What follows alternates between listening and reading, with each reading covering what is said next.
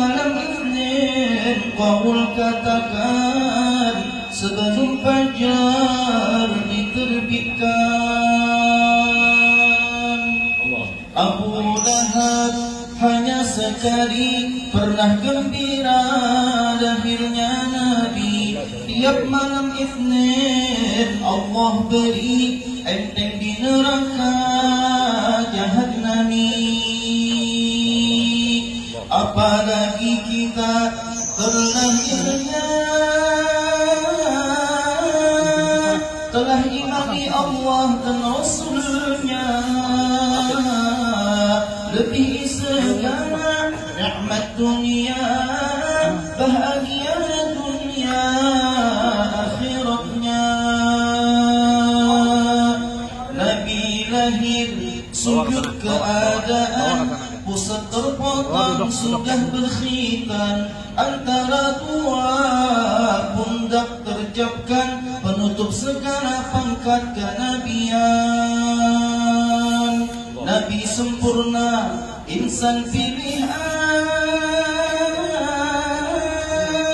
zahir batin tiada terbandingkan. Semua akhlaknya adalah Al-Quran, Allah mujinya dalam Al-Quran. Wa innaka sallallahu alaihi wasallam wa khususan Syekh Abdul Qadir Jailani Syekhul lakum al-Fatihah.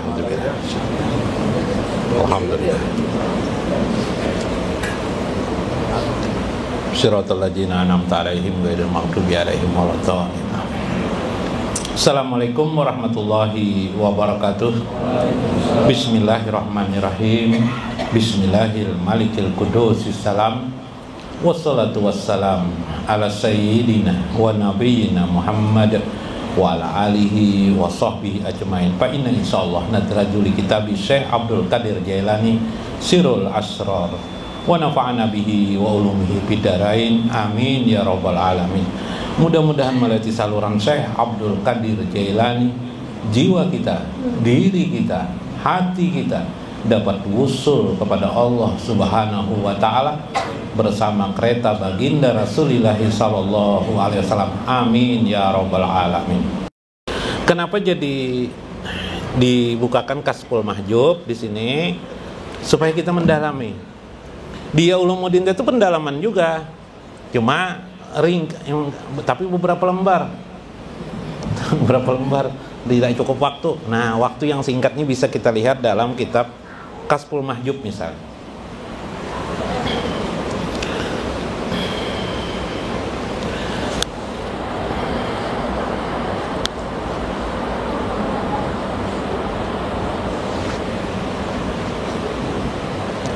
Di dalam sebuah hadis Nabi Shallallahu Alaihi Wasallam dalam Kasful Mahjub, Syekh Hujairi mengisahkan, qala Rasulullah Sallallahu Alaihi Wasallam, ujar beliau, ja'altu qurrata aini fi shalah.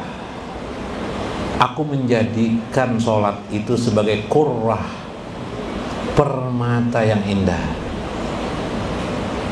pandangan yang menyejukkan. Qurrata ayun, pandangan yang menyejukkanku, yang menjadikan aku merasa sejuk dan indah. Kayak apa? Itulah sholat, kata Rasulullah. Li'anna sholata masdarul farji lil mustaqim. Itulah sesungguhnya sholat itu adalah sumber kegembiraan bagi orang-orang mukmin. Nah, bisalah sholat itu jadikan kegembiraan bagi diri kita.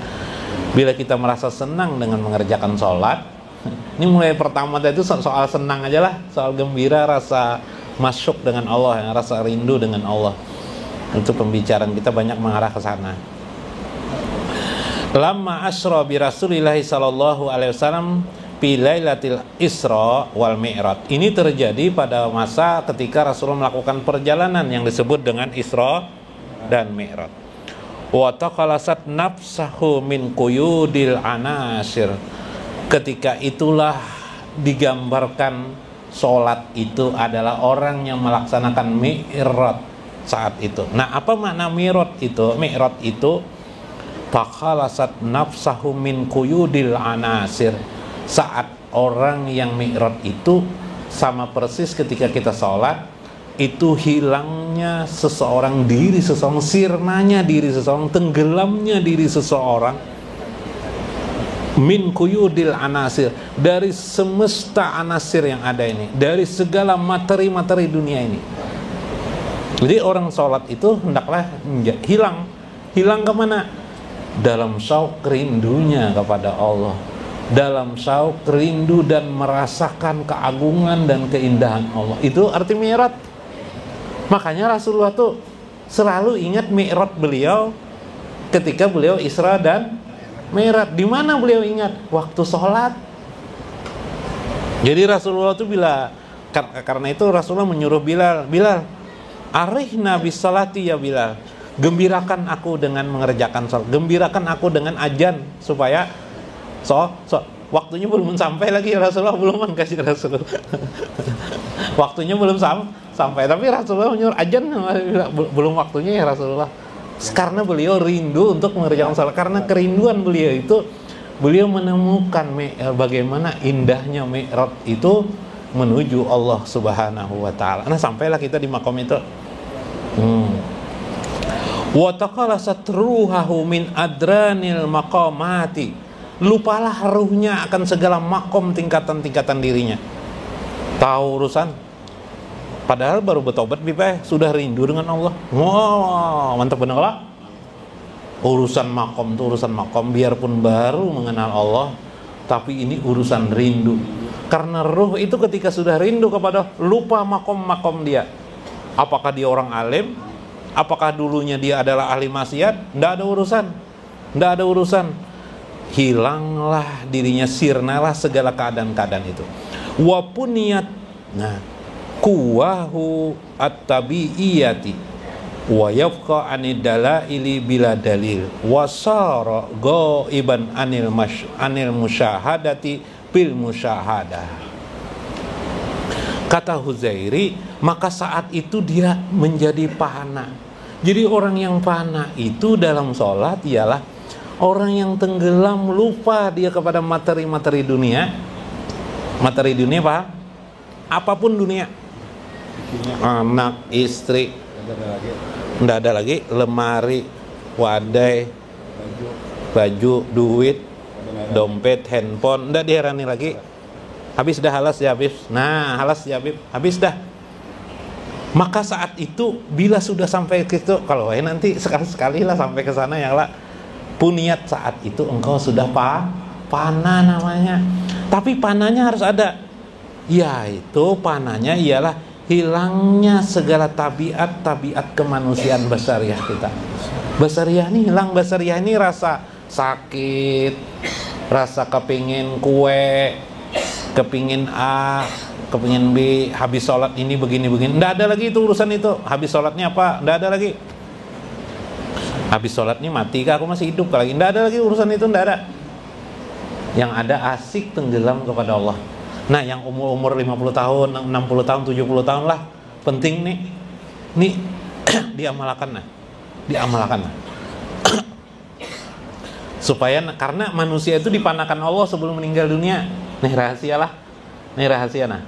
Sebelum meninggal manusia itu dipanakan. Pernah lah pian melihat orang, nah apalagi umumnya sering di rumah sakit lah, sebelum orang meninggal tuh panah kelak, sadar lah, tidak sadar kelak. Nah, sering tidak sadar kelak. Nah, kita misalnya mungkin orang tua punya atau apa, kadang di jam berapa sudah aja. Nah, iyalah. Hah? Kenapa aku tuh tidur? Nah, lupanya banyak, sudah lupanya. Itu dipanakan Allah. Tapi panah, nah ini masalahnya, panahnya tidak terarah.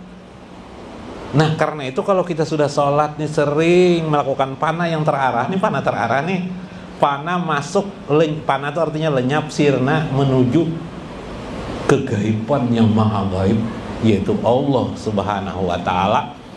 Panahnya asik memuji dan mengagungkan Allah, sehingga timbullah perasaan tidak ada lagi yang ada kecuali hanya Allah. Itu yang panah yang dimaksud. Maka pada saat itulah, pada saat pian nanti Tuhan sudah mulai mau dicabut malaikat maut, nyawa pian Nang umur 20 tahun santai-santai lah dulu ya lah. Ini urusan umur 50 tahun nah. 50, 60, 70 kita sudah berada di fana. Nah ini yang kisah kita itu di akhir hayatnya diangkat Allah jadi aulia Allah subhanahu wa ta'ala. Nah biar sampai situnya nanti terkeluar sendiri kalimat la ilaha illallah Muhammadur Rasulullah itu tanpa direncanakan, otomatis keluar. Karena itulah bunyi yang sesungguhnya daripada suara ruh kita, karena dia dibentangkan kalimat-kalimat asma Allah subhanahu wa ta'ala. Maka wabaqo anidalail bila dalil, saat itu dia baqo, kekal dia merasa nikmat bersama Allah subhanahu wa ta'ala. Jadi orang sholat itu merasa nikmat dia. Itu Nabi swasorogo iban, ketika itu dia menjadi gaib. Orang itu gaib kelak, seolah-olah dia tidak lagi berada di dunia. Dia berada di mana? Itulah yang dimaksud alam jabarut, alam hawiyah, alam yang hanya Allah meliputi di dalamnya, atau jabarut, alam yang hanya ada kebesaran Allah subhanahu wa ta'ala. Itulah juga disebut dengan alam sidratul muntaha. Tanpa melewati itu tidak akan mencapai orang ke sidratul muntaha. Jadi sholat kita harus sekali barang kita seumur hidup, kalau bisa terus menerus fi sidratil muntaha, di sidratul muntaha dengan cara fanian, dengan cara fana. Anil musyahadah fil musyahadah, bahkan tidak ada lagi istilah menyaksikan Allah. Dari satu tingkat menyaksikan, karena sudah merasakan langsung. Pian sudah merasakan minum kopi, apa rasanya? Enak enggak? Enak. Enggak tahu lagi merek kopinya apakah? Ya Habib. Tapi kalau lain kopinya Pipe, kok kopi dari manakah? Biasa kopi kapal api misalnya, lalu diberi orang kopi apa? Kopi merek apa misalnya, merek lain. Oh, ini kopi apa nih jadi kita? Ya lah. Nah, itu maksudnya ya lah. Nah itu dirasakan. Jadi bukan soal turut menuruti ini memang kita yang harus melakukan, bukan orang lain. Apa guru kita pun tidak bisa ditanyai lagi. Guru hanya sampai menjelaskan pada bagian-bagian ini. Bagian-bagian lain dibentangkan oleh guru. Lah, jangan seperti Palui. Palui baru menyewa rumah guru. Palui ini guru Muskunilah baru menyewa bibai. Rupanya di komplek banyak, komplek tuh komplek dosen. Komplek dosen situ disewanya rumah tuh. Wah, di muka rumah orang tuh ada doktor. Apakah MA, nama orang nih. Ada profesor, doktor, MSc, waduh, macam-macam. Palui, wah bingung nih, ditulisi Palui ya. Dokter Palui, MPA. Dokter Palui, MPA, Supan Palui kan. Ini turut-turutan bibai. Ini lain turut-turutan, ini benar-benar dipahami di dalamnya. Palui turut-turutan. Pas Garbus datang ke rumah apa pun, dokter mah apabila sekolah boleh SD aja belum tamat kan nih lo ya. Kawal datang. Oh itu benar aja dokter tuh jar. Dokter tuh artinya kalau MPA tuh artinya jar. DR itu artinya di rumah. Nah di rumah sini. Palui. Nah, yang lah MPA mantan preman. Nah. Mantan preman katanya. Ini bukan soal turut menuruti seperti itu. Karena kita tidak bisa melihat orang dari johirnya. Iyalah. Coba lihat orang sholat. Mirip aja semua. Rasulullah sholat ya seperti kita itu Bang, umumnya. Tapi hatinya, batinnya, jiwanya, itulah yang dimaksud kita bicarakan, bukan johirnya. Subhanallah. Sedikit lah. Nah, Insanul Kamil pulang. Malah masih jualannya. Dikasak terus lah bikin pian. Dikit aja mengasak lo nah. Supaya memperdalam benar-benar. Ya akhi, fa innal abda ija aradal haqqu subhanahu wa ta'ala. Ini Insanul Kamil Syekh Al-Jili mengatakan, wahai saudaraku, bila seorang hamba itu sudah dikehendaki oleh Allah, Allah menghendaki hamba itu, antajalla alaihi bi ismi aw sifatihi, yaitu bertajalinya sifat dan asma Allah pada diri seseorang itu. Maksudnya termanifestasilah sifat dan asma Allah pada diri orang itu. Fa innahu yubnal abdu fana ya'dumu an nafsihi. Nah, ini penting kata-kata Syekh Al-Jili. Maka orang tersebut dipanakan Allah dirinya itu sehingga ya'dumu an nafsi, tiadalah dirinya lagi, tidak ada lagi dirinya. Maksudnya tiada ada ayahnya, cuma perasaannya, jiwanya, keyakinannya yang ada semesta kebesaran agung itu hanyalah Allah Subhanahu wa ta'ala. Allahu Akbar, sudah tidak ada lagi yang diingat di apa-apanya. Yang diingatnya semata kebesaran dan keindahan Allah. Itu dibahasakan, panalah di dalam itu. Dibacanya lah surah Fatihah, bukan cari keindahannya Fatihah dibacanya. Tapi yang dicarinya, tadi itu oleh Imam Al-Ghazali dalam Ihya Ulumuddin, hudur hatinya kepada Allah, pentakjiman, sibuk 6 perkara itu, sibuk di situ aja. Apa-apa sibuknya? Sibuknya 6 perkara tuh, Bang. 6 perkara dalam Ihya Ulumuddin.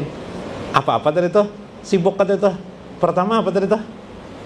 Hudurul qalbi, itu aja. Wa tafhum. Nah, tafahum atau tafhum, mengerti. Ya lah, tafahum. Yang ketiga ta'zim. Yang keempat hanya haibah. Yang kelima roja. Yang keenam al-haya. Haya itu rasa malu, rendah diri dia. Ingatlah, ada yang diingatnya lagi yang lain lah. Yang 6 tuh, Bang, yang dilakukannya. Maka orang itu adalah pana namanya. Oleh Syekh Hujairi dan Syekh Al-Jili, keadaan orang tersebut adalah pana di dalam sholatnya. Tetap aja dia mengerjakan seperti biasa, sama seperti orang baca surah Fatihah, tapi tidak mengejar indah berindah surah Fatihah dibacanya. Makna surah Fatihah, ini mengerti sudah maksud Fatihah tuh memuji Allah, intinya iyalah. Surah Fatihah tuh memuji Allah, tidak perlu lagi diterjemahkan di hatinya. Allahu Akbar tidak perlu lagi diterjemahkan, sudah mengerti dia sudah. Allah Maha aku ini semuanya. Dan tidak ada lagi segala kata. Ini paling tinggi sudah nih. Habis sholat, ini beluman rokok sujud lagi lah. Belum, sampai situ beluman. Habis sholat, yang terjadi adalah dia bako. Termanifestasilah sifat sholatnya tadi dalam kehidupan sehari-hari. Di hari-hari biasanya selalu mentakjimkan Allah, mengagungkan, membesarkan Allah, tunduk kepada Allah, haibah, kagum kepada Allah, memaknai Allah dalam hidup sehari-hari. Hatinya selalu hadir kepada Allah Subhanahu wa ta'ala, terpaut kepada baginda Rasul.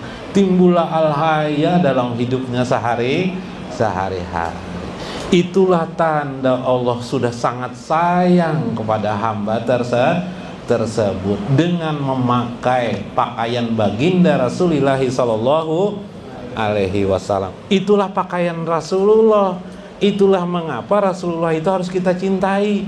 Karena orang yang bisa memakai pakaian Rasulullah itu adalah orang yang mencintai baginda Rasulullah sallallahu alaihi wasallam, dan atas izin beliau pula kita bisa melaksanakannya. Ini yang penting dalam kehidupan sehari-hari kita.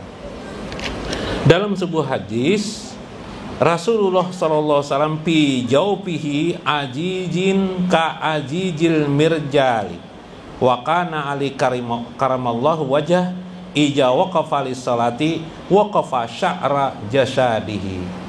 Subhanallah. Nabi ketika sholat, ujar Siti Aisyah, istri beliau, itu adalah seperti bunyi jiwanya seperti air mendidih karena haibah, takut sekaligus kagum kepada Allah Subhanahu, seperti air mendidih. Bahkan Ali bin Abi Thalib, bila beliau berdiri sholat, berdiri pula. Ini apa nih? bulu jasadnya lah, bulu badan.